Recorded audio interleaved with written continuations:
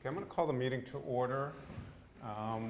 We are waiting on one member who's reviewing an earlier application, an earlier proposal, so she can be up to speed and vote on that.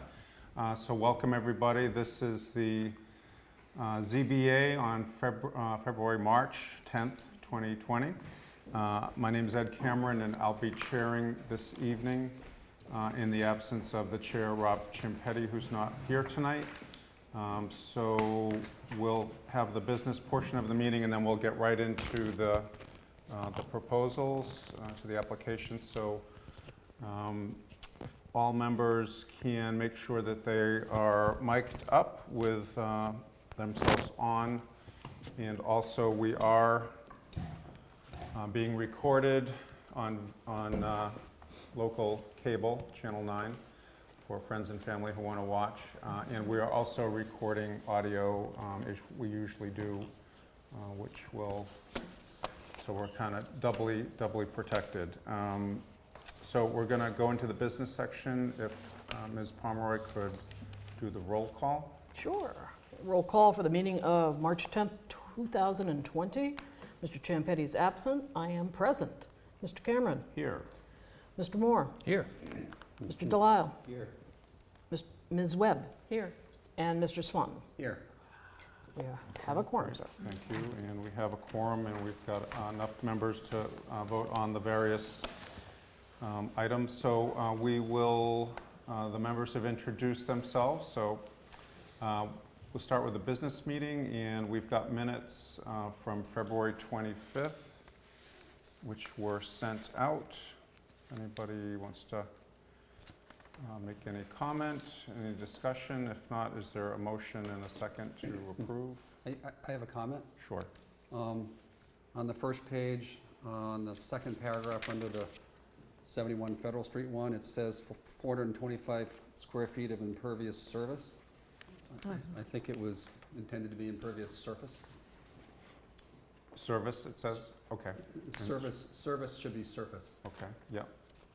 Duly noted. Scrivener's error. And Yeah. on page 2, under the 35 Temple Street, the third paragraph, Mr. Stanton, who's actually Mr. Swanton. Swanton, SW. okay. And on the next line, it says, but it is more than twice. It was nearly twice, rather than, I said it was nearly twice the size of the existing shed-like structure, not more than twice. So more than should become nearly. Okay. And finally, under that one, the motion was approved by a 5-0 vote. I thought Rachel voted with the other 4. Weren't there 5 members voting?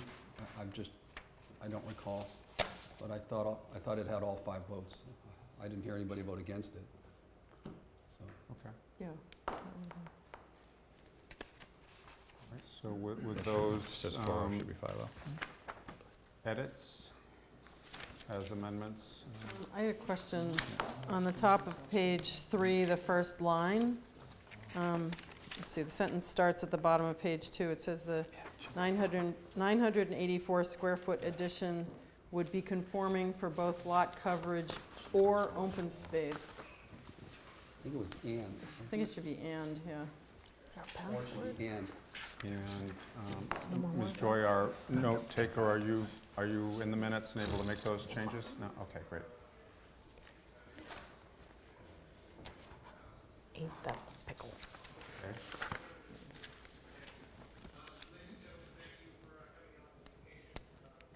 All right, it's a recording coming from somewhere. Phone? Is that me? Oh, sorry. Motion carries. Meeting is adjourned. Thank you all very much. We listen to old meetings in our spare time. I'm such a geek. Yes, we You love like that? them. We love I need them a so life. much, yeah. I need a life. Okay, so with those, thank you for those corrections. Is there a motion and a second to approve the minutes? I'll make a motion to approve the minutes. Seconded. Okay, on a motion by Ms. Webb, seconded by Mr. Delisle. All those in favor? Aye. Aye. Aye. Okay, minutes are approved. So we'll start the public hearing. So the way we'll do this, for those of you who've not been here, and most of you have, but I know we have some new folks. So first, we're going to hear for each of the hearings, we're going to hear from the applicant first, who'll go through their presentation, and then we'll give the public an opportunity to comment. Those in favor will be asked to give their name and address and speak into that microphone, not so we can hear it, but so it will be properly recorded. And if anybody is in opposition, state their name and their address and the reasons why they are in opposition. If there's somebody that's kind of neutral in between, you can speak at either piece and just let us know that you're in the middle on it and whatever comments you might have. Then we'll go back to the board after that for any questions, which are usually directed towards the applicant. And then the board will go into deliberations and will most likely come to a vote. So again, using the microphone, and we have a handheld for the applicants to use. And before we get going on the first one, I will read the notice that was published for this. So this is on 49 Kent Street. And this is notice of a public hearing. The Newburyport Zoning Board of Appeals will hold a public hearing on an application for a dimensional variance filed by Lauren Aramo and Amy Razimas, care of Lisa Mead, Tallerman and Costa, LLC, for property owned by Lauren Aramo and Amy S. Razimas, located at 49 Kent Street in the R2 district and indicated as Assessor's Map and Parcel 51-2. The hearing will be held at City Hall, 60 Pleasant Street, Newburyport, Mass. On 3/10/20 at 7 p.m., at which time all interested parties will be heard. The request is made under Newburyport Zoning Ordinance, Section 6A, Dimensional Controls. The applicant seeks all necessary approvals, permits, special permits, and/or variances on the following request. Construct an addition for an in-law apartment and allow a 21-foot 7-inch rear setback where 25 feet is required. The application is available for viewing in the Office of Planning and Development, City Hall, and by visiting the city's website, ZBA, and selecting the meeting agenda. So with the notice being read, Attorney Mead for the applicant.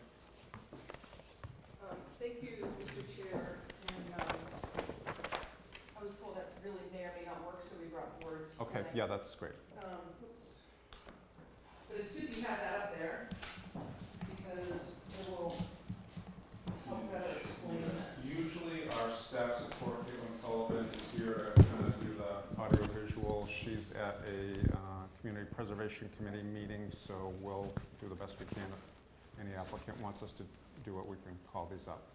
Just let me know if you need. So for the record, Lisa Mead, Teller and Costa, on behalf of Amy Racimas and Lauren Aramo for the project at 49 Kent Street. And as many of the board members might remember, we were here before to start this application. The application is for a special permit for an in-law apartment and was originally for a special permit for nonconformities to put this addition on the rear of the structure. And the board asked us to go work with the neighbors to talk about the configuration of that addition and what we could do to address some of the neighbors' concerns.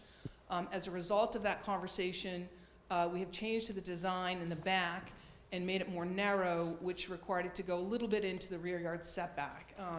So what I thought I would do for some of the members who have qualified themselves, this originally had to go to the Historic Commission because we have two small roof line changes, which Eileen Graff, who's the architect, will review with you. But they were essentially on this porch roof here and on this existing kitchen roof right there. And so the Historic Commission approved those roof line changes. They went essentially from flat roofs to have a slight pitch on them. The Historic Commission also had to approve the removal of what is this larger garage in the back. And they approved the removal of that garage. And the proposal is to construct a 12 by 20 shed in its place. There was some conversation last meeting about whether it was a garage or a shed, but you really couldn't pull a car in and open the doors at the same time. So we're calling it a shed. In any event, as you can see on the screen, the original proposal was to bring this addition along the existing sideline, which was non-conforming. So to extend the existing sideline, which went a little bit away as it went back to the lot because the lot line splayed out a little bit. So there was a concern by the neighbors about that along that wall there because there is a significant change in the topography on the lot from the east side, the west side moving to the east side. There's a significant grade change that goes down. 10 feet, maybe? Something like that. Lauren and Amy met with the neighbors, and the result was to move to bring this wall back partly, but then to take it about 9.8 feet back away from the lot line to still have, it's about 517 square feet altogether for the in-law addition, which would put it into about 3 feet into the rear yard setback. And so the applicant requires a variance from this board. And so what I thought I would do is go through the variance criteria relative to that. And so that was the change. But before I do that, maybe Eileen, you want to go through the architectural plans? Ian, can I just say, if we need to sync up what's on the big screen with what you're proposing, maybe direct us to do that, or maybe We can just use the boards if that's okay. okay. Yeah. All right. I can try. Because that's the old plan, so I don't know. I don't want people to be looking at, I mean, if they're different, it's going to be confusing. Yeah, they're so we different, so don't, Okay. we don't need to see that. Okay.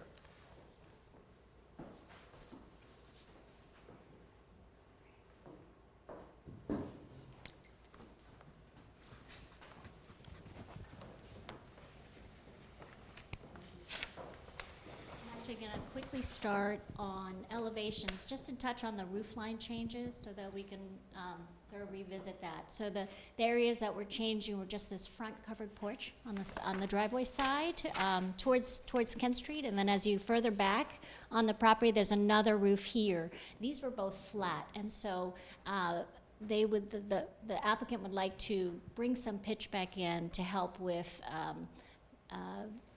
maintenance. Really, the flat roof was problematic for weather. So those were the two roof line changes. Then, as you could see on that one, that's the existing.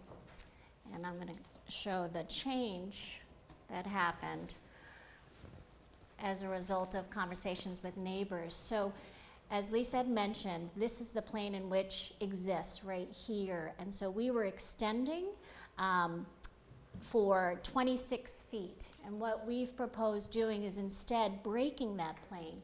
So now as we travel back 13 feet 6, we're now going to take the back addition of that and push it 6 feet towards the west side of the property. And that will give the neighbors some break in elevation so that they're not feeling the impact of this continuous wall for 26 feet. In doing so, there was a bedroom here, which we've now slid to the back, and that's the piece that's lengthened the addition in totality, again, creeping into the rear setback. So now total, the addition is 30 feet in length. The width has stayed the same. It still remains as 21 feet, and it's not getting any closer to the existing nonconformity on the east side. So again, same plane as the existing nonconformity and just extending it for 13.5 feet.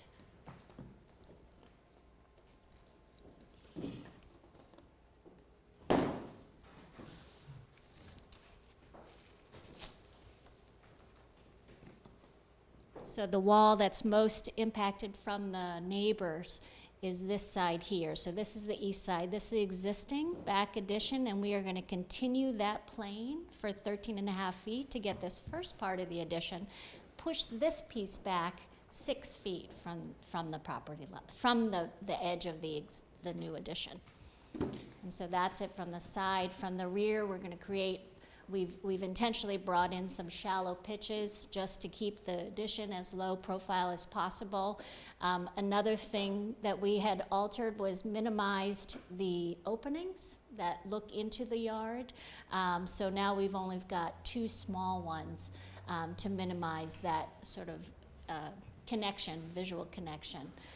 Likewise, there's a change in the length of siding. As this property goes towards the rear, the grade changes so much that a lot of the foundation was showing. So we brought the siding down more to cover up more of the foundation.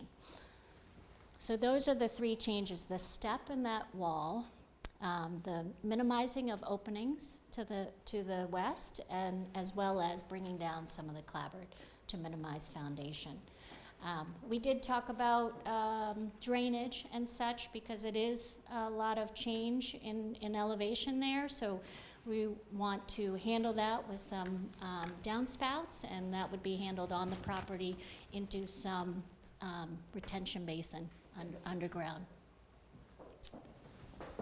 Which is, just to pick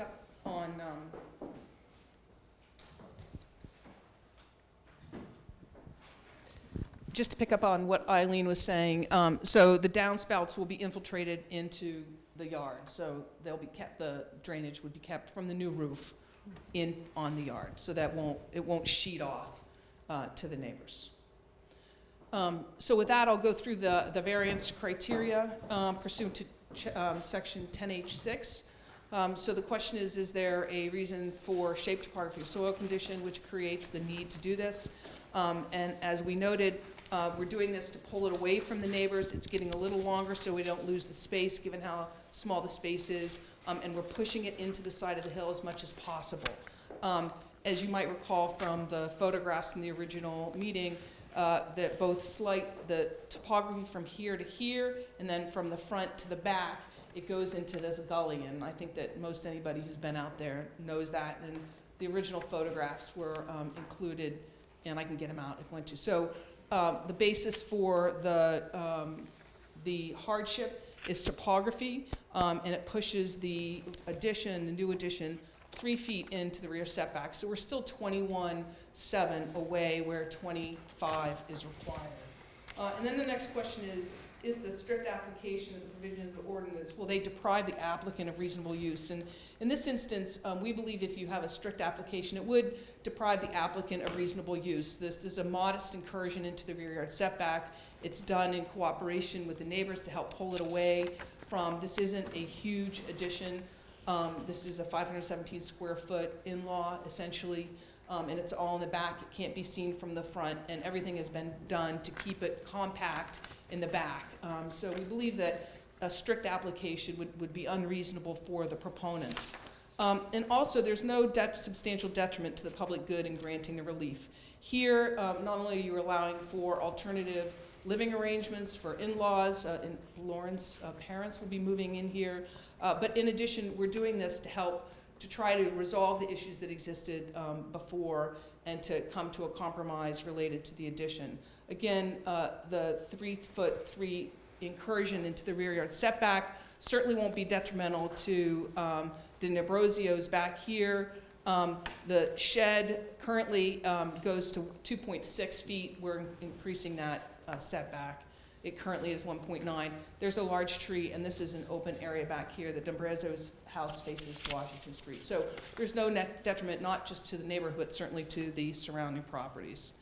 And neither will the granting the variance nullify or derogate from the purpose of the ordinance. If you look at the ordinance, the general purpose is to promote safety, health, convenience, and general welfare of the inhabitants of the city. And by granting the variance, not only do we address the issues by and amongst the whole neighborhood, but also we allow for alternative living arrangements and aging in place in the city, which certainly meets that general purpose of the ordinance.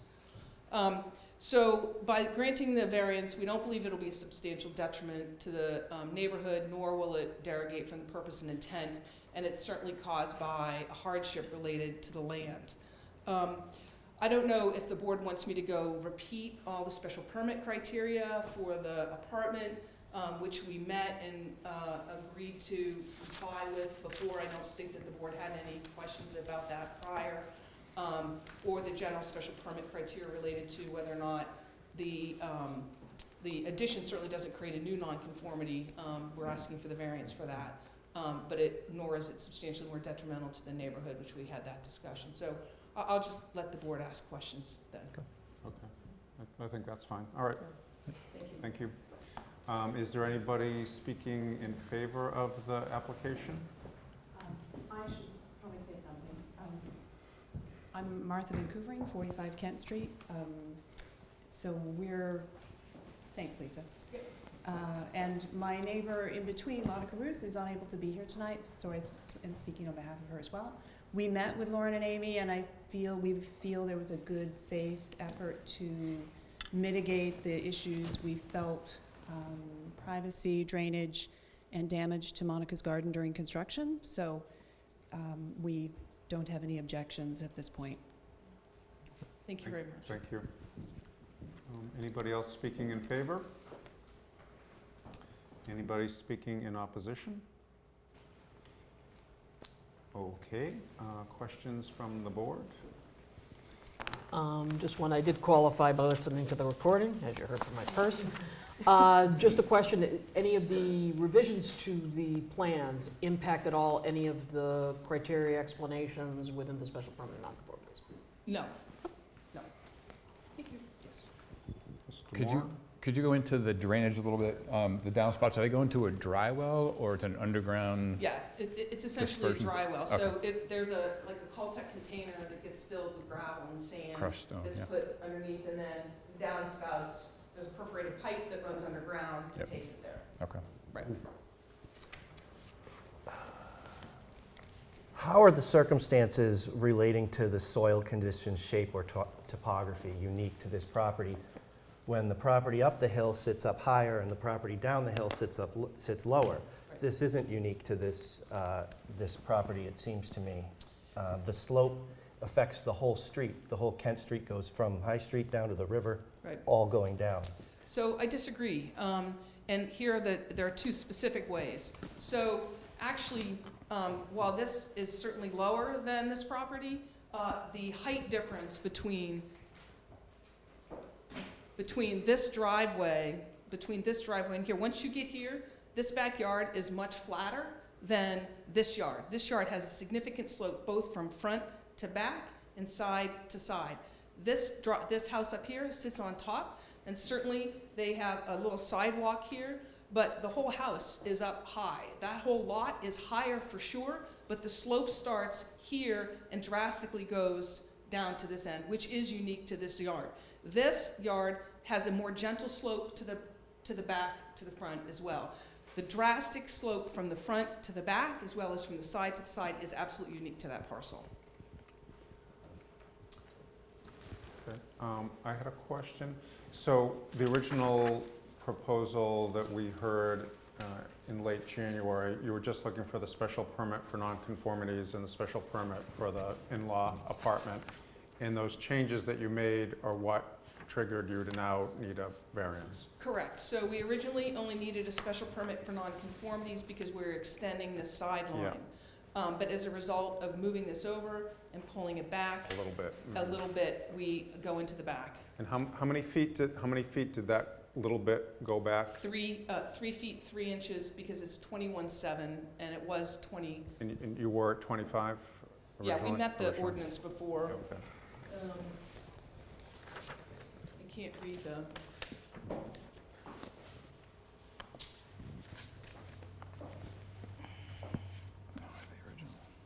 It was a little long. It was a little more than 25. I can't read the. Yeah, 25.5 maybe. But Okay. we definitely met. It was Okay. right on the Yeah, okay. setback. Any other questions from the board? Just to follow up on what you said then, the strict application of the provision won't deprive the applicant of the use of the lot because you had a different configuration before. So this configuration is purely by choice. Well, it's by choice because we're working with the neighbors. The proposal we had before only required a special permit. Right, And but so under now we're- the variance standard, the working with the neighbors isn't something that we need to consider for that, I believe. You certainly are correct, Mr. Lau. You do not need to do it, but the board asked us to go work with the neighbors, which we did, and as a result of that, it's 3 feet into the setback. We would have preferred to have it along here, and we presented all of the information relative to why we met the special permit criteria, but it was a request of the board to go meet with the neighbors, which we did.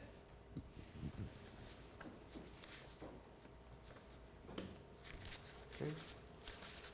Any further questions, Mr. Swanton? It's, in general, it's,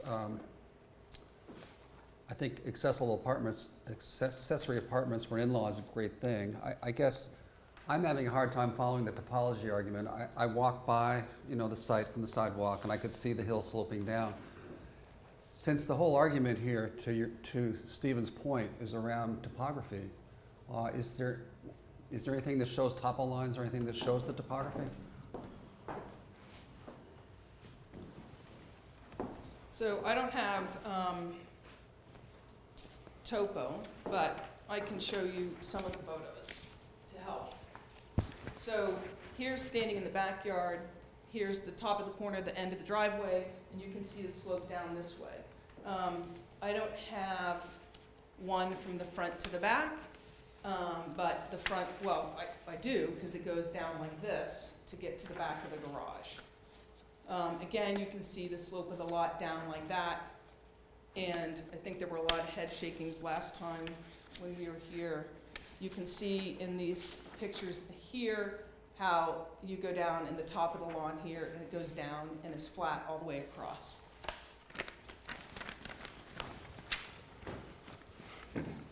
Many people are familiar with the area. I think that a number of you have been back there.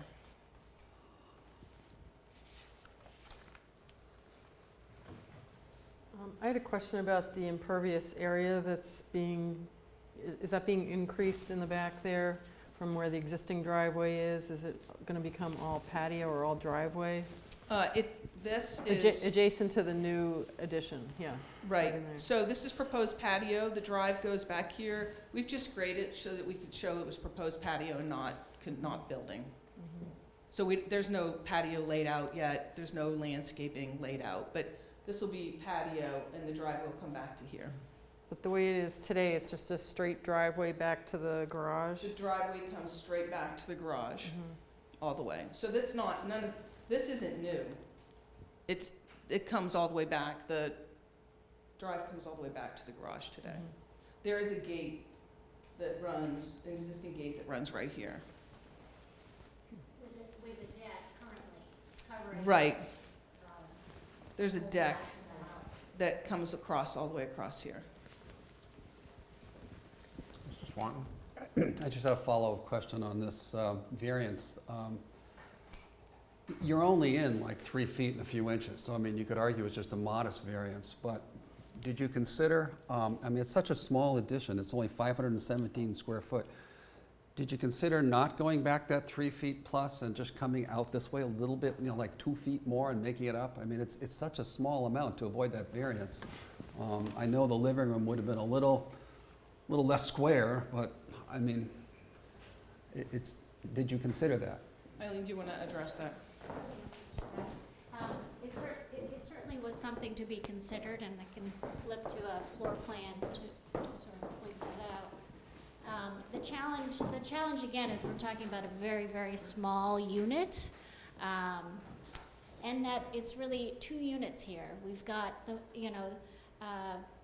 primary house that still needs a little bit of backyard, and this additional in-law. So the more we creep here, it's a challenge of giving them the space that they need and connection to a backyard. Every bit we creep this way, it's minimizing that kind of access. So this, by trying to control this edge, that was trying to maintain their private space as well. But I understand your point. But it really was shifting. Sorry, I'm on the old one. Sorry, shifting this space over here just to accommodate the needs to meet everybody's agreement. And touching back on the topography and the challenges with it is that's what's creating a lot of this controversy is not the right word, but the feel that the neighbors were getting from this continuous wall of 26 feet is due to these conditions of the dramatic change in topography. And had that not been the case, had it been a flat site, et cetera, I don't think we would have been met with the same challenges. But because it was exposing so much wall, even though it was a one-story addition with a very shallow pitch, it gave the illusion of something bigger than it was. So that's where I feel the topography is a detriment to this property. That we're trying to do a small, again, 517 in addition, and minimize its impact on the site. And by shifting it to the new layout, that allows for everybody's desires to be met. By a simple shift helps break this wall up, and it's less looming on the abutting neighbor. Yeah, I'm not sure you got my question. I understand pulling the wall back. My question was, if you just push the wall to the right over a little bit and made up for that space by pulling the one on the bottom down a little bit, you could have avoided the variance. And I was just wondering if you'd considered that. Do you know what I mean? If you just pulled the bottom line down a little on that drawing and pulled the other line over, the bedroom probably would have been the same width, but the living room might have been a little narrower by like 3 feet and a little longer by maybe 2 feet, and you would have got to the same place. And I was wondering if you had considered that to avoid the variance. But it's square. I guess it goes back to square footage. That instead of you're talking roughly about 80 square feet in a unit that's only 517 of an addition. That it's all, like you said, it's small, but every square foot counts for this. Right, no, I'm not suggesting a smaller building, just one that doesn't encroach. So it's pushing it into the into the hill. And the hills to down here? Yeah, so this You want to push this way. right. But in order to push this way, I think, and the reason why I was talking about this way. I'm wondering. Could that have gone down a little bit, or is Right, that so where? that's the hill. That's where it's really hilly? Yeah, Okay. that's that hill. Okay, that's what doesn't show up. Thank you, thank you. Yeah, that's the hill. I apologize. This is at Okay, where you can see, this is the edge of this, right? So this is, the more you come here, the more you cut into that hill. I see. Thank you. Okay, any other questions from the board?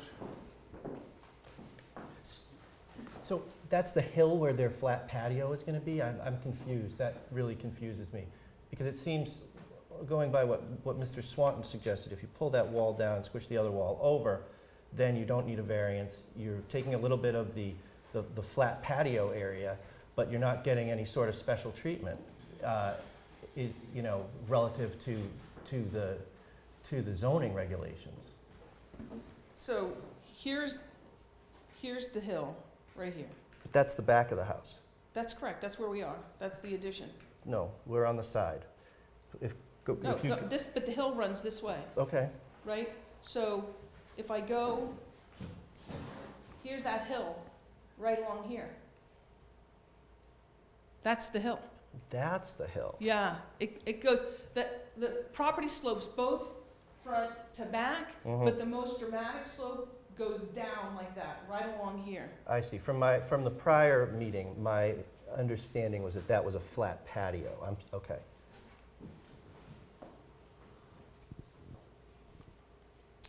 I'll ask a question now. So is that patio flat, or is it is it landscaped? So it's gonna, there's nothing there. They don't have it landscaped now, but so at the edge of this, right around here, is where you start, like this area, this whole area drops down, and it's hard to show. So here's the current rock wall, right? And it drops down there. Who am I answering this to? Oh, Ed, you are. So right now, there's no proposed landscaping there. Under the what you can see under the gray is the steps down to the back. So they have to get to the backyard. They still have to get down and back here. So you see, eventually they're going to have some kind of landscaping to step and get back here. So they have to still get to the back of the house. Because otherwise, if they put everything over here, they couldn't get to the back. So just in my own attempt to understand, so in terms of the slope, this is Kent Street. Yep, Kent Street and High Street, it's here. higher up here and it's Correct. going down. correct, And in the front, it's higher and it's going down correct, in the back. Okay. correct. So there's two slopes. At the back of this house, it drops off dramatically, and on the side, it drops off. So this is like a hole here, and then it, right? Is that a proper description, right? There's like, I don't know what else to say. There's like a hole here, and then it starts to level out and gradually go down. Okay, Ms. Webb and then Ms. Pomeroy. I think you addressed my question. Okay, Ms. Pomeroy. Can you just, the pictures that you had up before of the area? So- Yeah, and specifically, I want the deck. Yes, So, we're looking at the deck, the addition's coming off to the right of that photo, forward, or towards this way, this way? to the Okay. backyard. All right. So where you're describing that hole? Towards the Yep, here's the hole, right here, Okay, right there, all right. right. Thank you. So coming back towards the camera. All right, we're still in the question phase. Get to deliberation unless somebody has further questioning.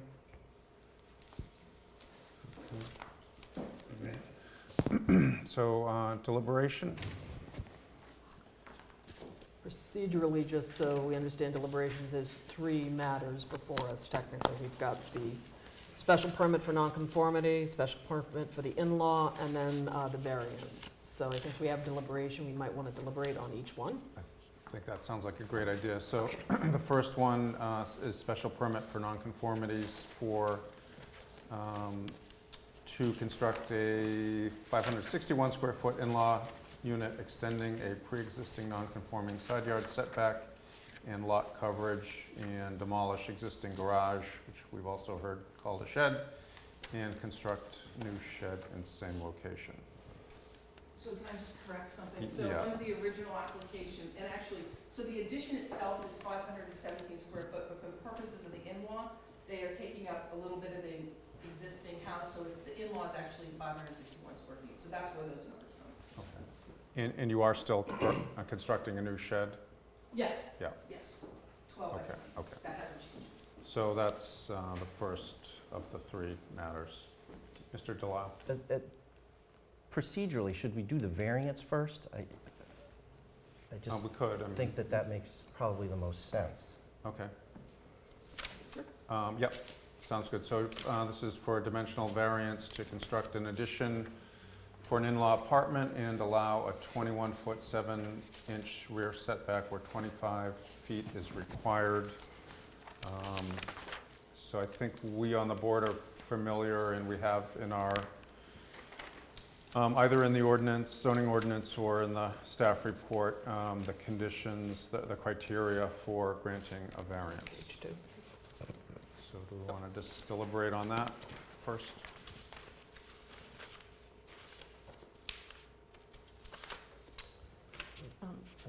And if I can just say, for voting purposes, we are, we'll have 5 voting, so everybody other than Mr. Swanton will be voted and has either been at the previous hearing or listened to the recording and are qualified to vote. Yep, Mr. Delisle. One more procedural issue. These are separate applications, each with their own unique number. I think we need to make sure that we, close the public hearing properly and make sure that everything is done properly before we go into deliberations and then to voting. Okay. So we'll close the public hearing and proceed into deliberation on all 3 matters.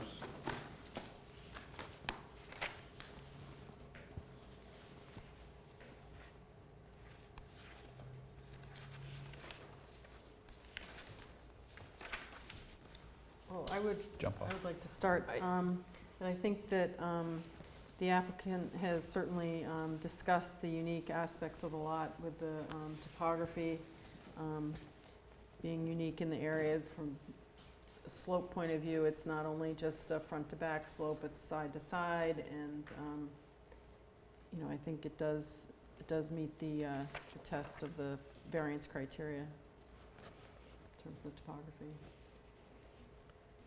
I agree with that. I think the hardship criteria, which is usually the more difficult when a dimensional variance is presented, especially when you have a square-shaped lot or a evenly shaped lot. But here, I think the topography was described both with pictures as well as testimony from the applicant's representatives to indicate that certainly creates a hardship in ability to how they would construct it and the reasoning for extending 3 feet from the original application that had been submitted.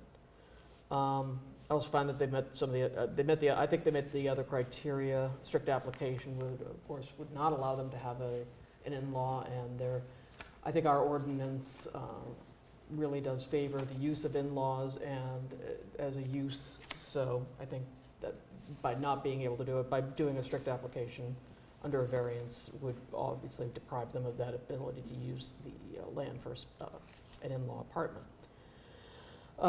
Unique conditions, again, were already presented, result of the topography. I don't think that the granting of this relief will be a detriment to the public good or nullify substantially derogatory from the intent or the purposes of the ordinance. With the amount of the 3 feet requested, as one of our board members said, it's a very minor variance. Honest. But a request. And the granting won't be substantially detrimental to the public good. I think there's more, when you weigh the factors that are why the variance is being requested, and as well as the fact that there is no, I think substantial change, or it's not an addition. There's been enough public support for the neighbors or butters that for those reasons, I think all the criteria are met. Yeah, I mean, I would also agree. The fact, I think, that it took several explanations to get to the heart of the topography kind of lends itself to show that it's pretty unique to the property. And while I agree with the board members that variances require a more stringent look at any project, I'm more supportive because the need was only created specifically when they went back to work with neighbors, and the neighbors are in support of the changes that were made. So for those reasons, I think I can support this, in addition to that it's a modest in-law, and that's also something that we try to encourage. So. I still have my misgivings about, about the topography issue here. However, I think that a reasonable explanation of the uniqueness of the lot was put forth. So I think that, and as Mr. Moore indicated, that the working with the neighbors to get to something that is satisfactory to everyone is important. So I think that the variance is, while not ideal, I think that from my perspective, I think it's okay. Okay, and I would agree with Mr. Delisle's reasoning on that. And again, the variance was not an initial request, but in this second iteration was required. And as we've discussed several times in the last few months, the variance criteria are there. Whether you're requesting a big variance or a modest one, the criteria are the criteria stay the same. Sounds like a Led Zeppelin song, but they do. But I think the topography gives me enough comfort that conditions and circumstances criteria is met. So I'd be in favor of this variance. So okay, do we want to have a motion on the variance? We do them separately, obviously, and we could just go right to that one. I'll make a motion to approve application number 2020-025, 49 Kent Street for the dimensional variance. Seconded. Okay, if we could. Motion made by Call the Myself, roll. seconded by Mr. Moore. Motions to approve has been made and seconded. Take the roll. Ms. Palmer, yes. Mr. Cameron? Yes. Mr. Moore? Yes. Mr. Delisle? Yes. And Ms. Webb? Yes. Okay, so that is approved. You could take up the special permit for nonconformities. So again, that reads, that's 2020-010, special permit for nonconformities to construct a 561 square foot in-law unit, extending a pre-existing nonconforming side yard setback and lot coverage, and demolish existing garage and construct new shed in same location. So, Deliberating on this. Go through, I mean, we can go through the Deliberation, criteria for special permit findings. I guess I'll just generally state the use requested is listed in the table of uses elsewhere. Yes, it is, with regard to in-law and sheds. Requested use is essential and/or desirable to the public convenience or welfare. Again, I would argue that I would say that the applicant has presented sufficient evidence to indicate that this is something that is supported by public welfare as it is an in-law apartment. Does not create any undue traffic congestion. It looks like they presented evidence that there's people going to be able to park on site, not going to increase anything as far as for additional on-street traffic, or any impact would be minimal. Requested use would only not overload any public water, drainage, sewer system, or any other municipal system. I didn't hear any evidence to suggest the contrary. Special regulations for the use set forth in the special permit table are fulfilled. Again, I didn't hear any evidence to indicate to the contrary. Requested use will not impair the integrity, character of the district or adjoining districts or detrimental to the health or welfare. Again, there was no evidence to suggest otherwise, seeing that there was plenty of support from the abutters. Again, same thing for criteria 7. Requested use will not, by its addition to the neighborhood, cause an excess of that particular use or be detrimental to the character of said neighborhood. This is a pretty diverse neighborhood containing, I think, various types of houses and uses within that area, and none of these uses seem anything that would be overuse of in-law apartments that I'm aware of, and no evidence would be that I heard suggested the same. Proposed use is in harmony with the purpose and intent of the ordinance. I think that there was enough presented by the applicant to support that. And the proposed use shall not be conducted in such a manner to admit any dangerous, noxious, or injurious, otherwise objectionable fire explosion, anything else. I think there was evidence presented that any runoff with water would be mitigated by the on-site drainage. I think there were concerns about trees that were in the surrounding, and then there was representations by the applicant that those would be watched during construction, and that the abutter would be given access to the individual who would be doing the construction to contact for any concerns. So I think they, based on that, I believe the special permit for nonconformities criteria have been met. Nothing to add. Anything to add on that, deliberation-wise? That was my deliberation. Wow. This is for the garage, correct? This is the Or the shed? shed. Including, yeah. Including, The demolishing of the existing garage slash shed. And the deck. The extension of Right, that's right, the extension of Yeah. the, yes, okay, yes, Yeah. okay. Yes, I would concur with Ms. Pomeroy's recitation of the special permit findings here, and that they were amply supported by the applicant. I would agree. I don't have anything else to add. All right, is there a motion? motion to approve application number 2020-010, special permit for nonconformities at 49 Kent Street. Seconded. Okay, motion made by Ms. Pomeroy, seconded by Mr. Moore. Okay, vote Read the roll. is, Ms. Pomeroy, yes. Mr. Cameron? Yes. Mr. Moore? Yes. Mr. Delisle? Yes. And Ms. Webb? Yes. Okay, 5 voting in the affirmative, that passes. And finally, special permit 2020-011, which is to allow an in-law apartment If we could have deliberations on that. So there are special permit findings specific to that. I'll read them to save Ms. Pomeroy. So the in-law apartment will be occupied by parents, grandparents, children, or grandchildren by blood or by marriage. Number 2, dimensional requirements of the zoning ordinance are otherwise met for an attached unit or for new construction.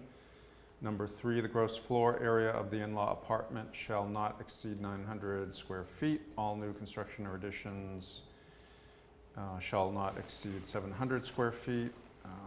There shall be a minimum of 1 additional space for the in-law unit. Excuse me, I think that's supposed to say parking space, isn't it? Yeah. Does that sound right? Yep, parking. I'm blaming whoever typed this, not me. And number 5, safety, health, and building codes will be met.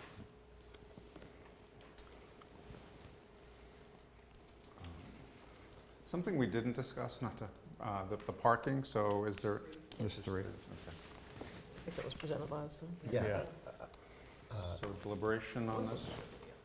Yeah, deliberation, we heard, I think, evidence from the applicant as to these, the 5 special permit for in-law apartment criteria at the prior meeting. I think that, again, there was ample support provided by the applicant during that meeting. Yes. Seems to be nodding in affirmation. So if someone can make a motion. I'll make a motion to approve the special permit 2020-011 to allow the in-law apartment. Second. Okay, on a motion by Ms. Webb, seconded by Mr. Delisle. Could I have the roll call? Okay, calling the roll. Ms. Pomeroy, yes. Mr. Cameron? Yes. Mr. Moore? Yes. Mr. Delisle? Yes. Ms. Webb? Yes. Okay, so that passes, so good luck. Thank you very Good luck. much. Thank you very much. Okay, next on our agenda is a public hearing for 14 Gloria Street. And this is by Kevin Legacy, care of Lisa Mead, and I'll read the public notice. So Newburyport, this is notice of a public hearing. The Newburyport Zoning Board of Appeals will hold a public hearing on an application for a special permit for nonconformities filed by Kevin Legacy, care of Lisa Mead, Tollerman, and Costa for property owned by Basin Realty Trust located at 14 Gloria Street in the AgCon Plum Island Overlay District and indicated as Assessor's Map in Parcel 75-262. The hearing will be held at City Hall, 60 Pleasant Street on 3/10/20 at 7 p.m., at which time all interested parties will be heard. The request is made under Newburyport Zoning Ordinance 21G3 Plum Island Overlay District. The applicant seeks all necessary approvals, permits, special permits, and/or variances on the following request. Construct a 12-foot by 20-foot shed on a pre-existing non-conforming lot.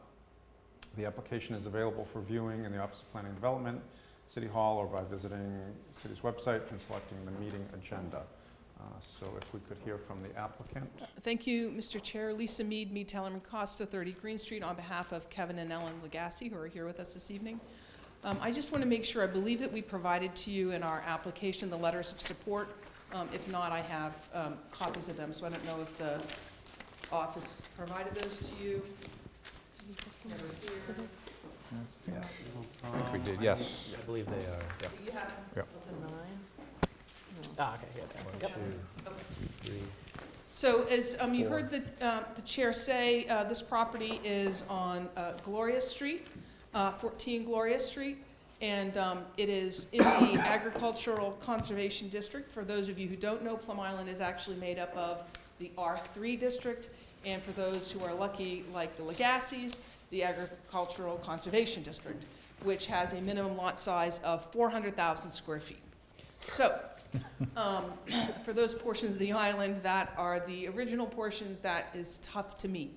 So this is a pre-existing non-conforming lot, and it is a big lot for Plum Island because it's 9,800 square feet, but it is not 400,000 square feet.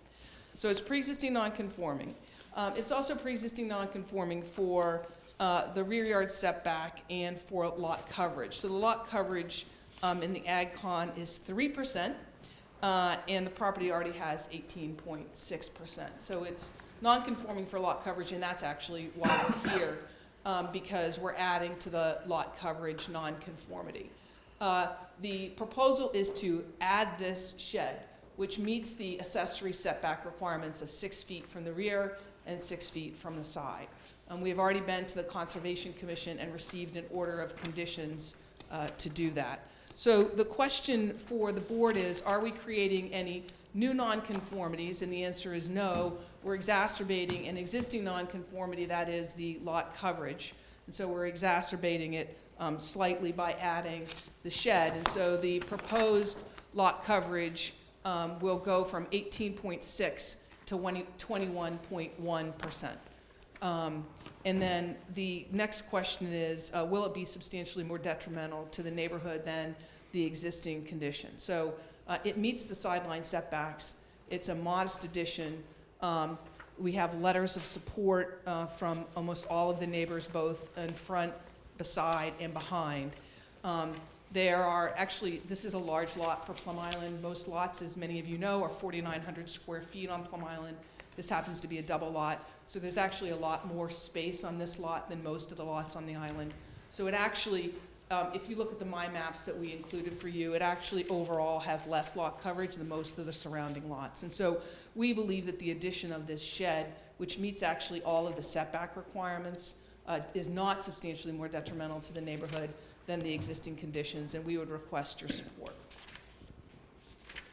Okay, thank you. Is there anyone speaking in favor of the application? Anybody speaking in opposition? Okay, hearing none. Questions from the board? Can I just hear a little bit about the materials that are going to be used for the shed? So it's actually a Reed's Ferry shed. You've got shingles, wood shingles on the side. Asphalt shingles on the sides. Yeah. Wood shingles. It's a vinyl shingle. Same as the house. So the house has a vinyl shingle. It's a fairly new house because of the construction on Plum Island. So it's a vinyl shingle on the side. And this is included in your materials. And asphalt roof. You can see the windows. It's a fancy shed. Thank you. I had a question that doesn't really reflect how I would vote on this, but is there a certain size shed for which you would not need it, that you could just build as Not, right? not if it's, so Not you there. don't need a building permit for every shed, yeah, but it depends on where it is on the lot. Yeah. And it depends on whether your lot's already non-conforming. Yeah. So the lot's non-conforming because it's 400,000 square feet with 3% coverage. Okay. And so that's why we're here, is actually the lot coverage. Okay. Great. Thank you. And we would, on the island, you'd need to go to Concom no matter what. Yeah. Right. And you have done that? Oh, we have approval from, we have an order of Okay. conditions. Okay. Yeah. Okay. Okay, questions from other board members? How recently was that order of conditions granted? Because I don't think it was reflected in our staff report write-up. We got it a month ago, Probably 2 months now. maybe 2 months now. Yeah. Could you just provide a copy of the order for the file at some point? Oh, yeah, it's, I mean, it's Yeah. in the same It's- office. yeah, right, Yeah, okay. that's no problem. Okay. Yeah, that'd be good. Yeah, yeah, thank you. Okay, any other questions? Deliberation?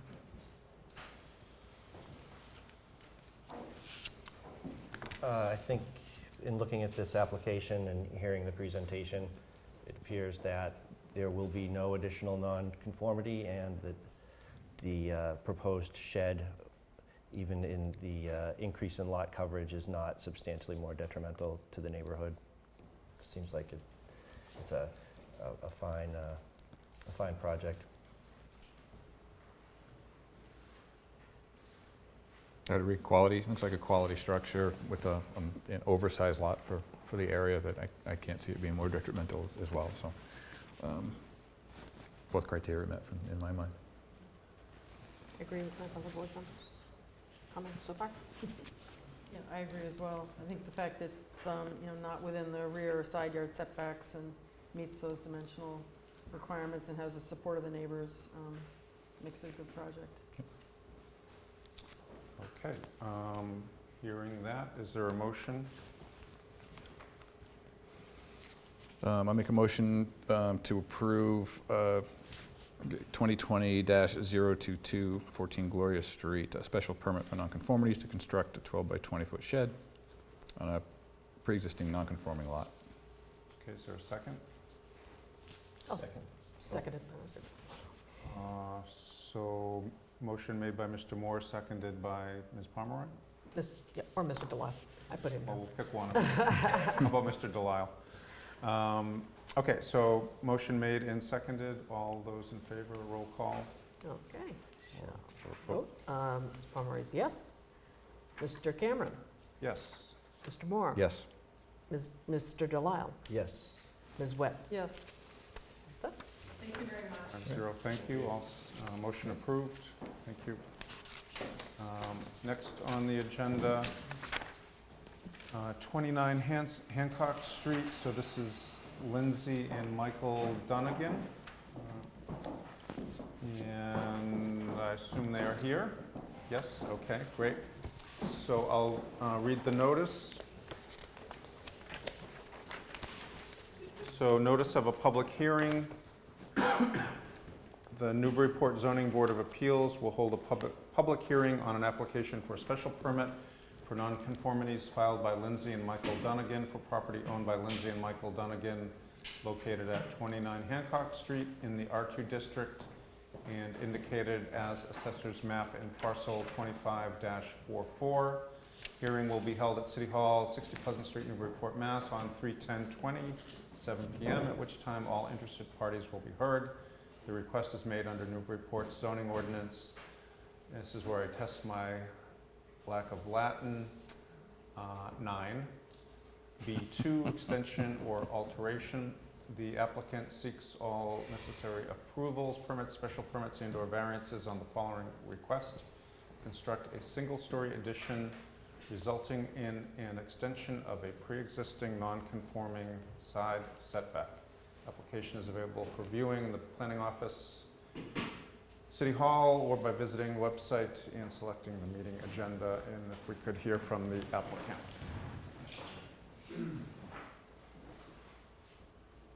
Thank you, Mr. Cameron. I'm David Curie, representing Lindsay and Michael Dunnigan. Lindsay's here with us this evening. They are new to town. About a year or so ago they purchased and have rented and are preparing to move in themselves. They've rented for the last year, saving money for this addition, as well as an addition that's forthcoming in about 4 months to their family. So the purpose of the special permit for nonconformities was to add a small family room and mudroom to the existing first floor. This is a photo from the rear of the property. You can see they're actually quite close to both sides. It's a narrow, fairly narrow lot, about 45 feet wide, but quite long. So it makes sense, obviously, that they went in the direction that they did to do their family room and their mudroom addition. The cars pull into the left here, where there's 9.9 feet to the left line. There's only 1.6 at the closest part of the home right now, which actually has there's a very small area off the kitchen with a table. That's at 1.6. The addition is scooted over so that the lot skews a little bit in the direction of the house as you go back, and the closest corner will be 4.1. So we're extending an existing non-conforming, however, we're back about 3 feet or so, to 30 inches, 3 feet further away from the line with our addition than the existing building. Let me just read the criteria here.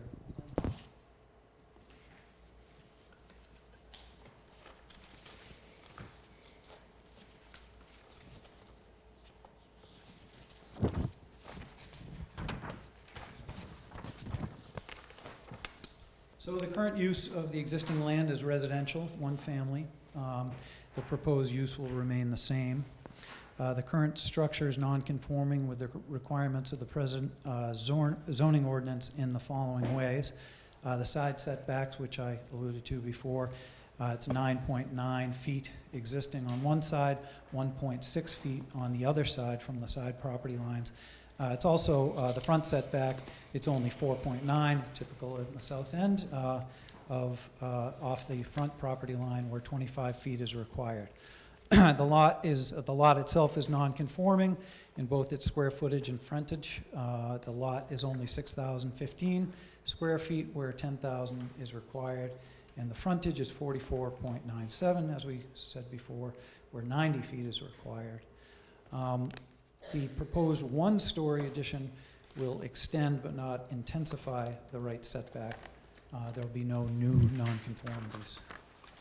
So, in argument, the proposed one-story addition will not be substantially more detrimental than the existing structure. The modest addition is only a 14.5 median roof height, and the 18-foot extension of the footprint along the right side will not impede view or air, or will cast minimal shadow onto abutting property, only in the later hours of the day.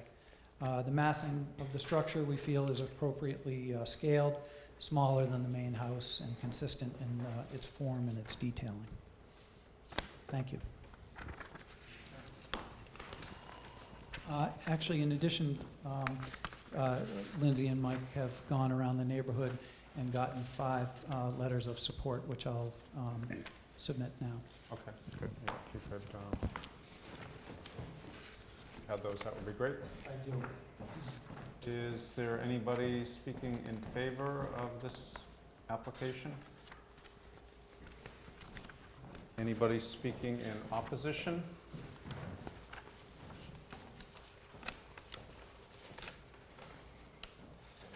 If you could hand those to Ms. Pomeroy, that would be great.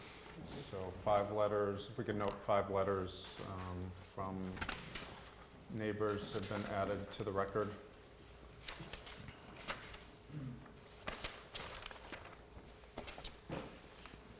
What's the square footage of the proposed addition? 404 square feet being added. 404.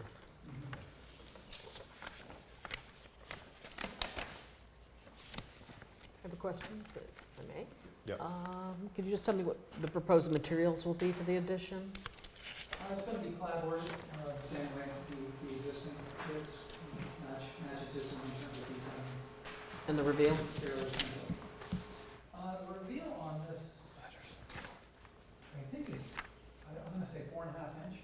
Is that the intent, is to match? It will match the existing. So as I'm looking, I'll ask a question. So if I'm looking at this from bird's eye view, the lot to the right, is that pretty close to the property line, to their property line? This one? Yes. Yes. Okay. Very And close. is that a neighbor who's submitted a letter in support? Yes, they have Okay. gotten a letter of support from that, yes. So what exists right now is a deck of some sort? Actually, it's about in the same footprint, it's a little bigger than the Uh-huh. footprint proposed for the addition. You can see lightly on your site plans, the deck comes off of this, what is currently a small addition, comes directly off. It goes roughly 3.5 feet further than the proposed addition. And it has a side steps at the diagonal. And so what that neighbor sees is in your, is the existing east elevation right now? Correct. I think you have the proposed east elevation there, I We think, have a right? proposed, excuse me, we have a proposed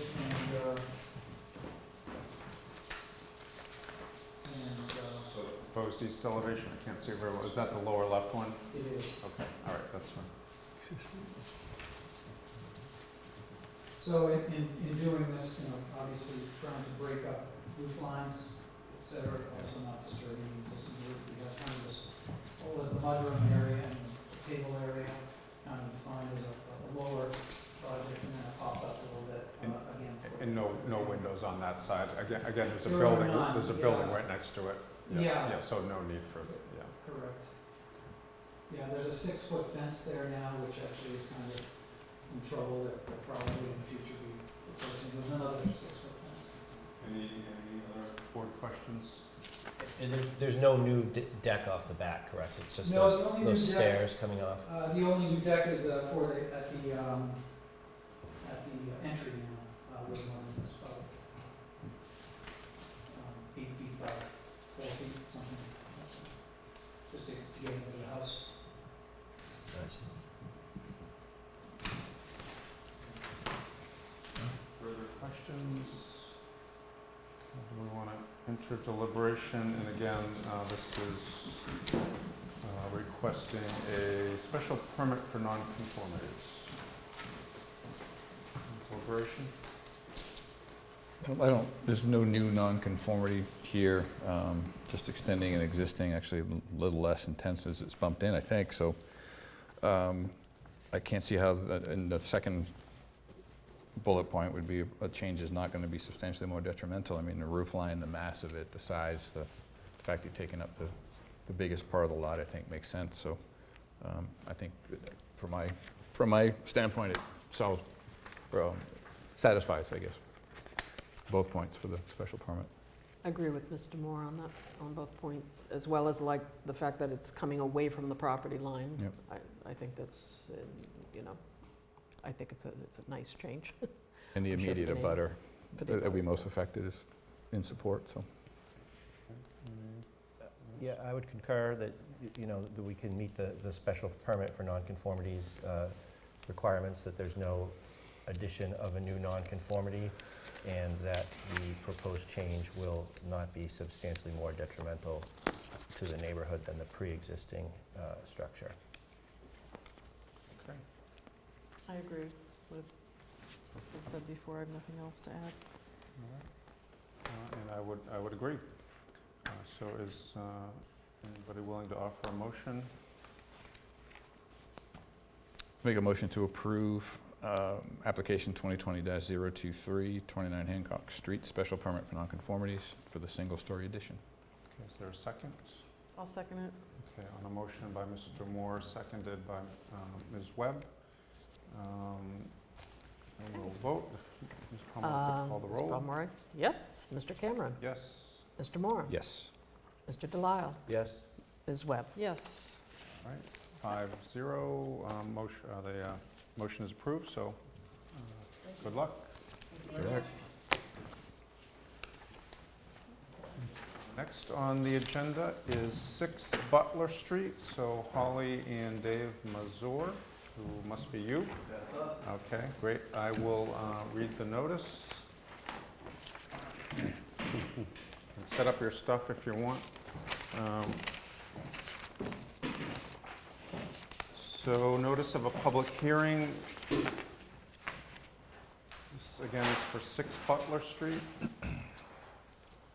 Notice of a public hearing, the Newburyport Zoning Board of Appeals will hold a public hearing on an application for a special permit for nonconformities filed by Holly and Dave Mazur for property owned by Holly and Dave Mazur, located at 6 Butler Street in the R2 district and indicated by assessor's map and parcel 63-39. The hearing will be held at City Hall, 60 Pleasant Street, Newburyport, on 3/10/20 at 7 p.m., at which time all interested parties will be heard. The request is made under Newburyport's zoning ordinance 9B3, subsection C, extension or alteration. The applicant seeks all necessary approvals, permits, special permits, and/or variances on the following request. Construct an addition over 500 square feet to a pre-existing non-conforming single family. The application is available for viewing at the Office of Planning and Development, City Hall, or by visiting the city's website and selecting meeting agenda. So if we could hear from the applicants. Hi. We're representing ourselves, so please bear with me as we go through this. So we're looking to add an addition over 500 square feet to an existing non-conforming lot. We are non-conforming due to lot coverage, as well as the easterly side setback of 8.8 feet. No work is proposed on the easterly side setback of the 8.8 feet. There's also a non-conforming front yard setback of 7.3 feet, where 25 feet is required, and no work will impact the 7.3 front yard setback, and no work will exacerbate any of the existing nonconformities. We were here about 2 years ago when we got approval to do some work on our house, which included moving a garage and replacing it, relocating it on our property. Since then, we were able to acquire some of our neighbors' land, which is allowing us to alter the renovations, but because they're over 500 square feet, we were told to refile completely. We have sign-offs from 13 of our neighbors, including neighbors on both sides, as well as behind us and the entire street of Butler Street, which we have with us. I don't know what else to say. There are no new setbacks, there are no new nonconformities. We have the support of the neighbors, and also it will not. I don't know if anything, it makes the left setback a whole lot better. Yeah, no new nonconformities. It will not substantially be more detrimental to the neighborhood. It'll make the compact building area, the building more compact, as right now the two pieces of the house are separated. If you'll see right now, the garage is 6 inches from the side of the property. Once it's relocated, it'll be 10 feet from the side of the property, so that will make it conforming, whereas now it is not. We'll also be gaining more space in the rear because of with moving the garage forward. We'll be changing our rear setback from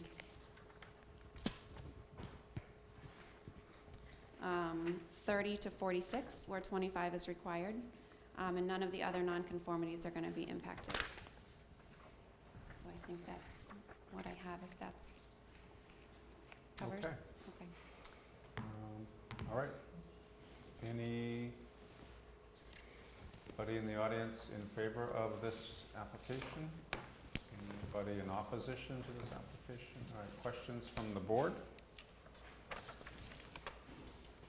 I will just say, just so the record's clear, that there has been letters of support for this project that were submitted by you guys.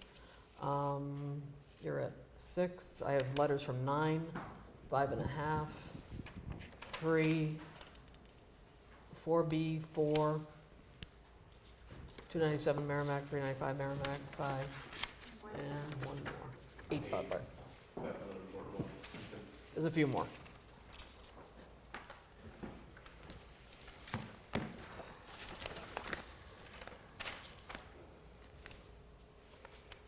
Did you have to go to the historical commission? Okay. The parts of the house where we're making any changes on the roof line, the garage was from the 80s, and the addition on the back was from the 90s, from the kitchen. So we didn't have to get approval.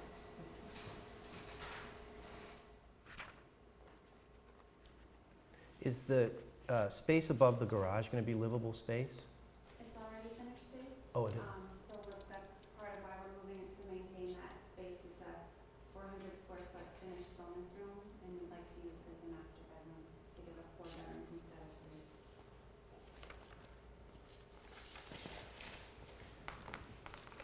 So it's finished and it's going to be moved, or it already has been moved? We got approved to move it 2 years ago, but we have not yet moved it. Right. So it is going to be moved after this, hopefully. So we will be relocating it on the property, so it will fix the non-conforming on the side.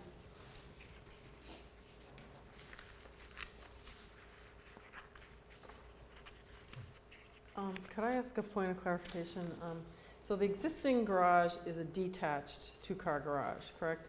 And you're proposing to move it closer to the sidewalk, the front sidewalk, and then attach it to the existing house. So when you're all done, there will be a single structure on the property where there's 2 separate structures now? Okay. And when we were here 2 years ago, that was already approved. It was just attached for like a reason. And since then, we were able to acquire land behind us, which gave us the ability to add to the addition of it. So how far back is the front of that garage going to be from the sidewalk? So that's about 19 feet. It will allow for 2 cars to be parked in front of the garage, so the garage is significantly further back than the house. The house, I believe, is 7.5 feet from the sidewalk right now. So 2 cars, like end to end, could fit in the driveway before it would go in the garage? Yes. Oh, okay. So we'll be able to get 4 cars between the driveway and the garage, which is our main goal. Well, I think it's important to point that out, because if you're just to look at that elevation, someone could read it as though it's all right up on the sidewalk. Yeah. Question, the parcel that you bought, was that parcel A, the rectangle in the back on the plan you're holding? Yes. Okay, We acquired this before our lot line was here. This lot belonged to this house, which has a pretty lengthy lot, and they sold us this parcel Okay. maybe 2 years ago. because that works out really well. I mean, you're basically moving your garage way off your lot line, creating a much better situation there, and you have a much bigger line to the back, so it's, I mean, it's, We get open space, and all the neighbors are really nice and sort of asked us why it takes so long to make the house look better. Yes. Yeah. Yeah, moves everything away from all of the neighbors and comes closer to our house, and nothing goes closer to the street. thank you. Further questions? Can you talk a little bit about, so I have a visual of what your house looks like now and what there was a picture earlier, what the current garage, I know you're relocating it and making it bigger, but in terms of the materials on the exterior, what are you planning? We have cedar shingle siding right now, it'll all be the same cedar siding.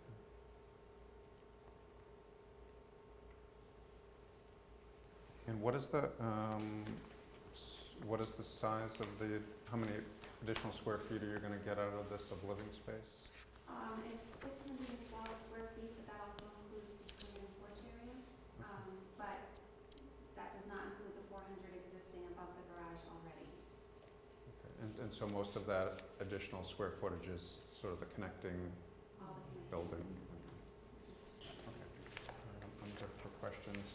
What's the material on the third floor on both the proposed material on the third floor and the existing structure and the proposed new structure? For the white, Yeah, the white stuff. we plan just to stain that white, to leave it the cedar, but just to stain the top white. Okay, if no more questions, we could head towards deliberation. Anybody want to start?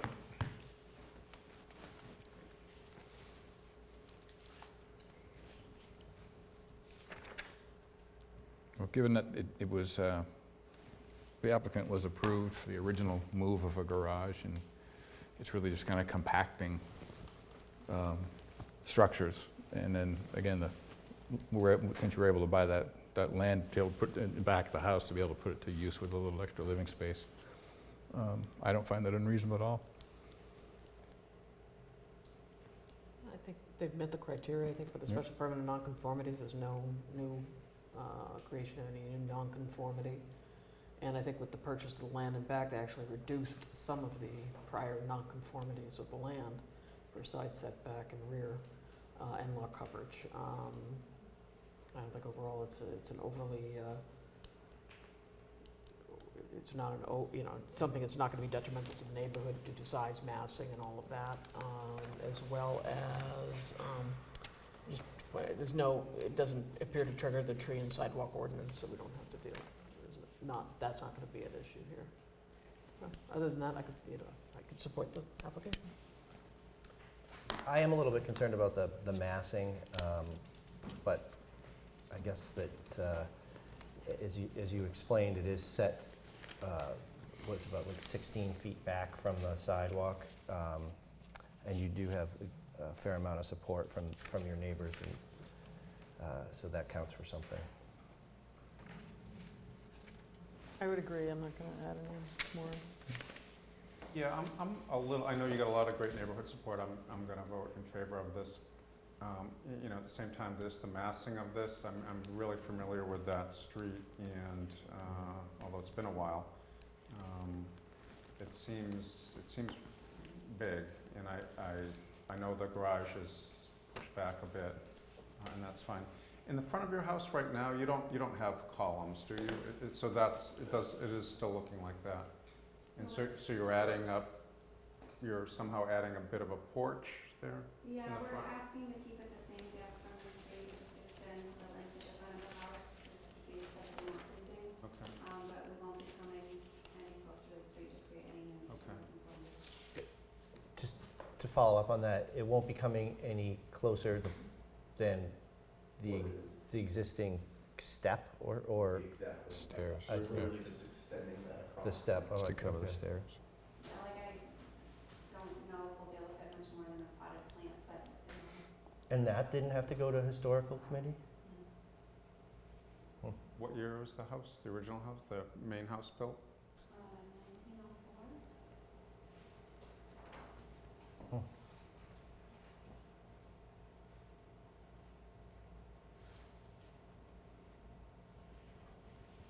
And as I'm looking at that picture and I'm looking at your proposed, it just seems a lot wider. That is, you're not changing the actual house. Okay, No. all right, so it's just optical illusion. Yeah, the plans make it look a little. Okay, Yeah, the plans make it look large. I mean, once the garage is done, that roof will be significantly lower than the main house, so just, I don't know why it looks the way it does. all right, so seems like everybody is supportive of the application. Would there be a motion?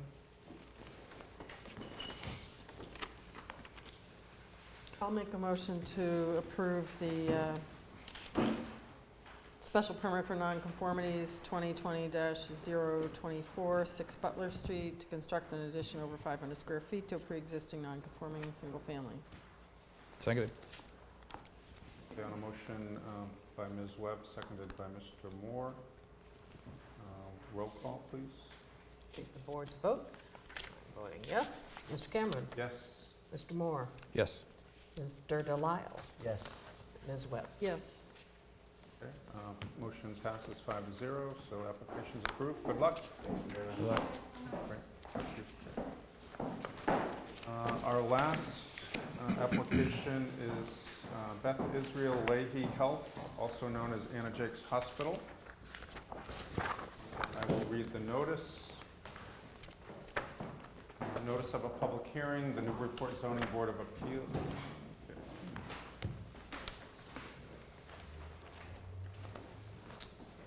Well, I don't see a notice in my pile of notices. See what I have. I have this one. How's your eyesight? Yep. Keep my mic with me. There you go.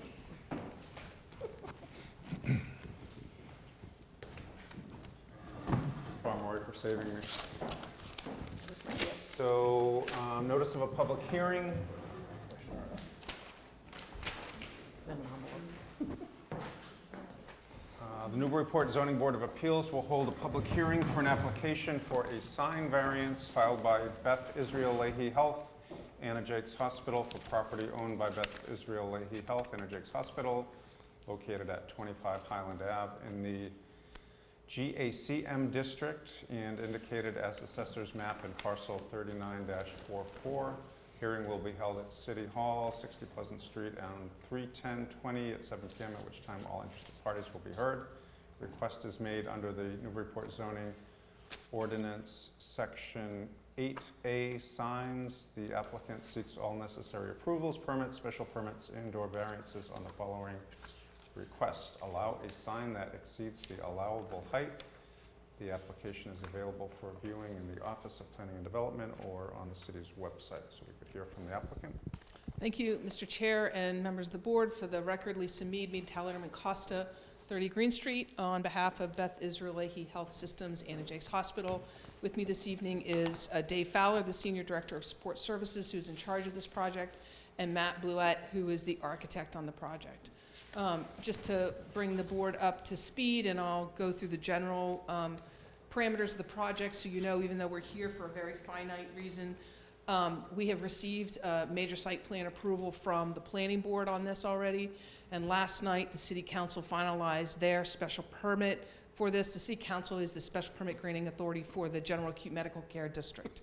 And so they have seen all of these plans that you're about to see as well. And so you would be our last stop.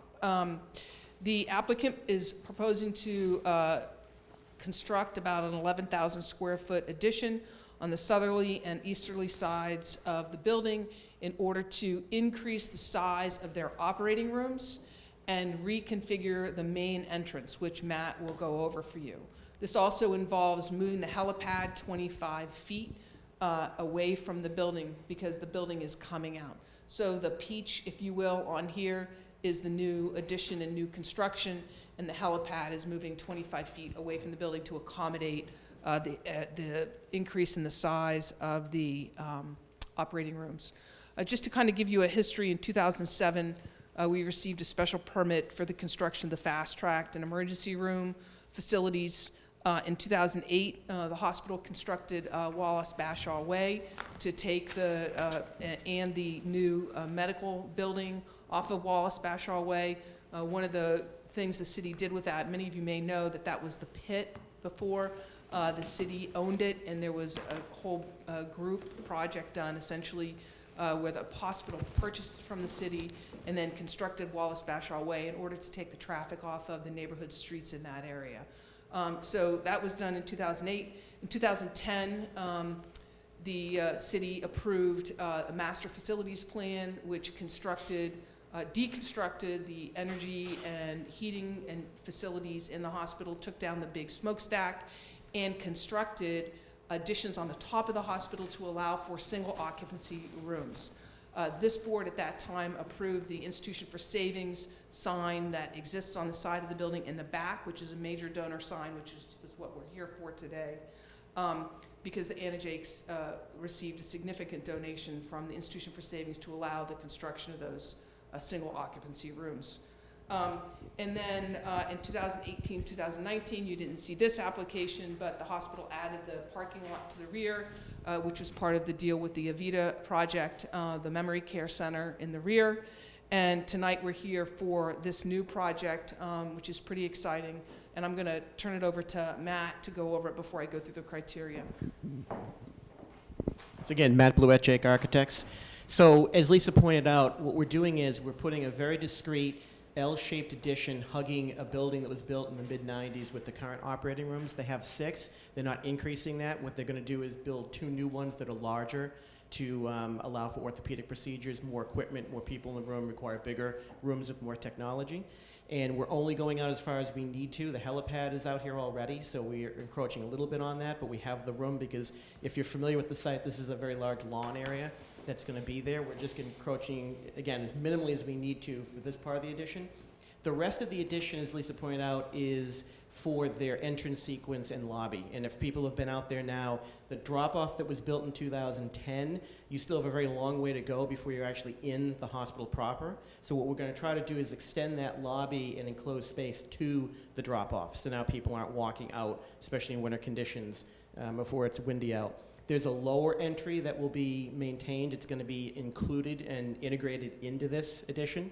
So now that when you come in at the lower level of that was built in 2010, there'll be some communication through an elevator, potentially stair with that upper lobby. So it'll really change the whole entry sequence for all the patients. But again, it is on these 2 sides, which don't really have any neighbor views to it. And we're trying to minimize the amount we build out. The materials are going to be the same vernacular. There's a stacked stone, brick, and then metal with a little bit of glass, and that's what we're going to replicate here. It's only a 1-story addition. We're matching the height of the existing building, so we're not going up at all, really. And that canopy stays, so there won't be any additional canopies. It's that canopy that will be preserved, and we'll connect it to the addition.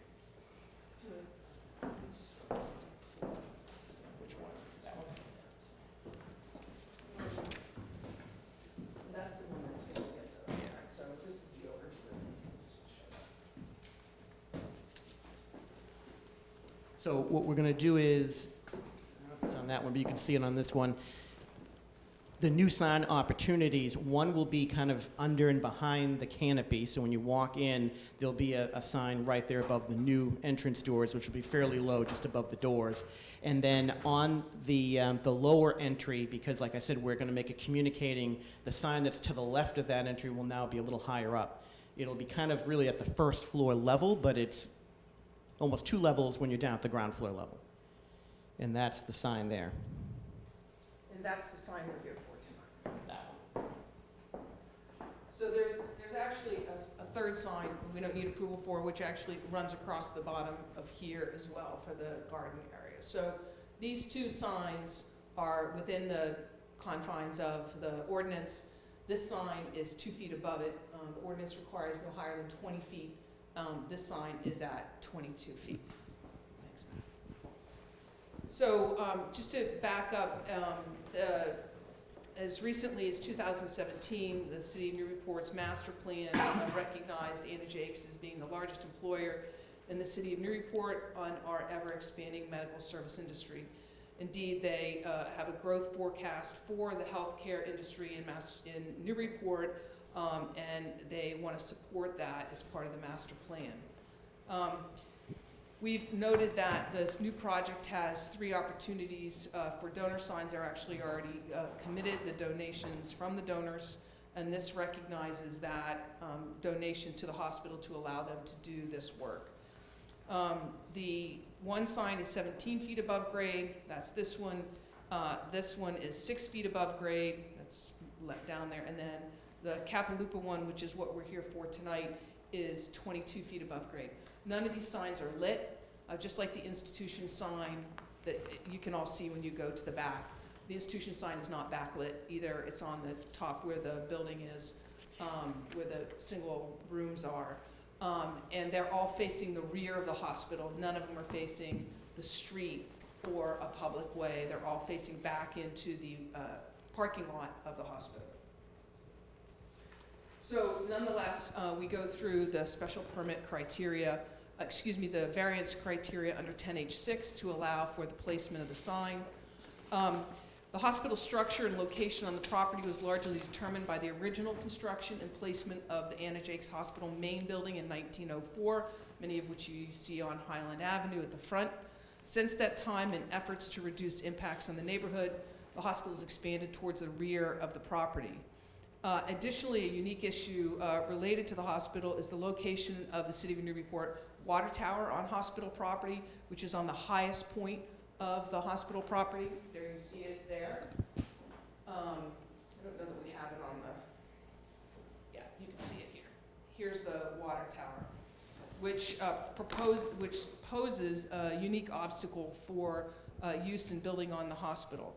This constraint, coupled with the location of the helipad at the rear of the building here, limits where the additions can go on and where recognition can occur. Indeed, the topography around the southeast elevation of the building, that's here, and Matt talked about how it drops off.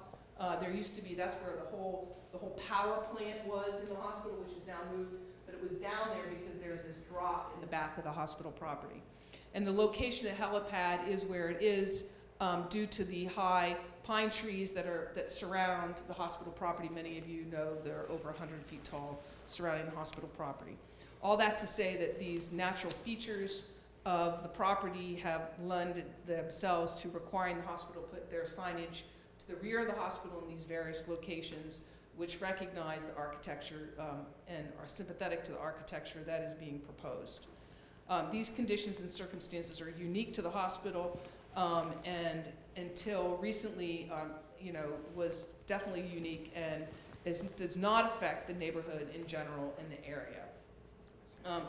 Without the ability of the hospital to recognize their large donors, they obviously would have a high financial hardship because it would be more difficult for them to raise money to do the work that they need to do on the hospital. It goes without saying that its recognition of these types of donors are important for the hospital so that they can continue to improve the services that they offer and stay competitive in the marketplace. The placement of the signs won't constitute a grant of special privilege. There's only one medical facility in the district. The Avita is a for-profit institution, And the Newburyport Medical Center meets current guidelines and is actually now owned by a for-profit entity and is no longer owned by the hospital. So they're unique as to the surrounding areas, and certainly the residential area would not be putting signage on their properties. It will also not be a substantial detriment to the public good. Again, this is all to the rear of the hospital. In fact, improvements to the hospital are beneficial to the public in the city of Newburyport. None of these signs are lit. They can't be seen from the public ways, nor can they be seen from the residential neighborhoods.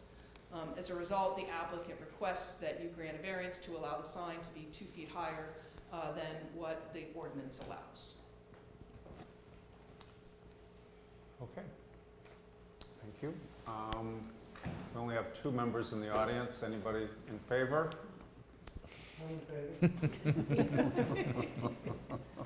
We don't have to reflect that in the, this is Anybody opposed? All right, so questions from the board?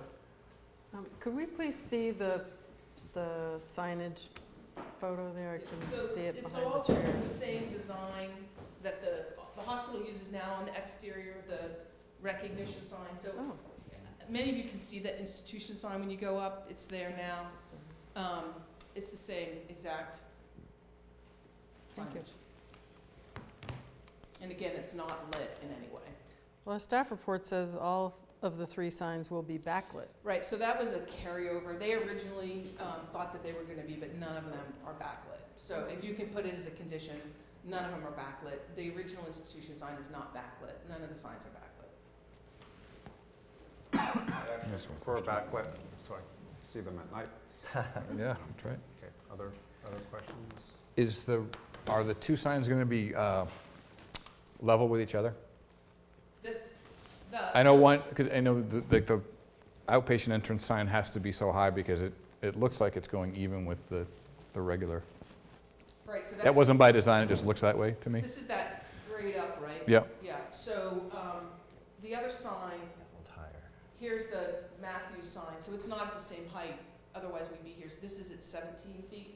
Mm-hmm. This is at 22 feet. No, I'm saying, but because of the drop off, Oh. the 2 signs. Wind up Relative to my eye, it looked like they were level. So yeah, okay. That's what I was going to. I don't know if you, I don't know if, is that okay? That's fine. All right. Other questions? Was that by design, I guess, to have them level, or just? We didn't want to go much higher, Yeah. but it was also just the uniqueness of the property, how that slopes down. We're fortunate that they would be, that's why it's not really higher than the other signs. Right. Just that the grade drops significantly in that Right. one part of the campus. Yep.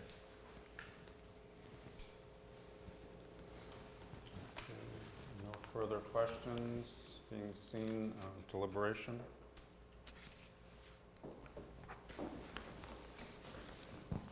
Well, I guess that was the question on the levelness, was because I guess the conditions and circumstances are unique to the lot. I mean, I think that it makes sense the way it's built to have the sign close to the roof line like you've had, and to me it appears the only way to do it is to do that, and that's unique to that situation. I also think it's a good thing to recognize benefactors who are helping to build hospitals, so I think it's quite reasonable to have a sign like that and to deny it because of a 2-foot difference requiring a variance didn't seem to make sense to me, so I think strict application doesn't make sense to hold back on that. The conditions being unique, topography and the way the pit came from the power plant or the power of the old hospital has been discussed, and the fact that they're facing the parking lot, not facing neighborhoods, I think means something, and I don't think, and I agree with the applicant's argument that it isn't entitling any other special privilege to other, I guess, medical facilities like this. So I can support it. It's not quite as smooth as reading off bullet point, but that's where I am. I think Mr. Moore touched on pretty much all the criteria, as well as the points that were presented by the applicant in support of each one. I see for the strict application of the provision that chapter deprive the applicant of reasonable use of the lot. I think the argument being that there are very generous benefactors, and this is a way to acknowledge their contribution, and that provides almost a public benefit as well.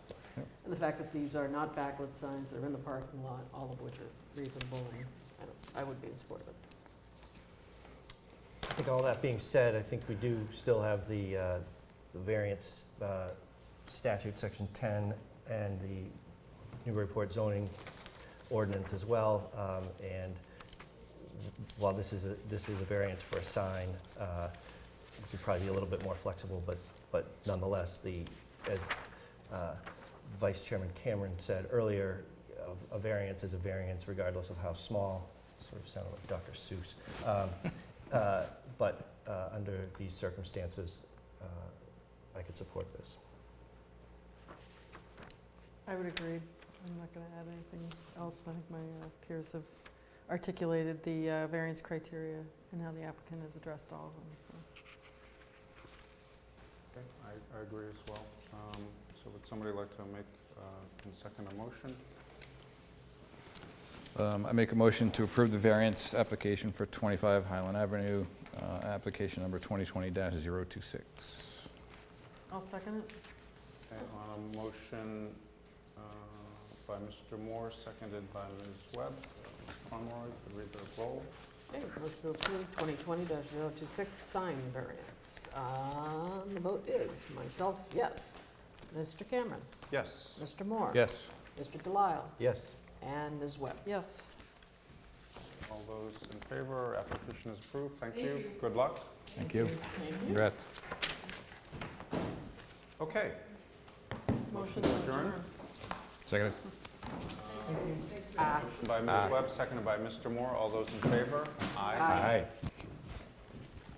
Here, Maureen, do you need to add those letters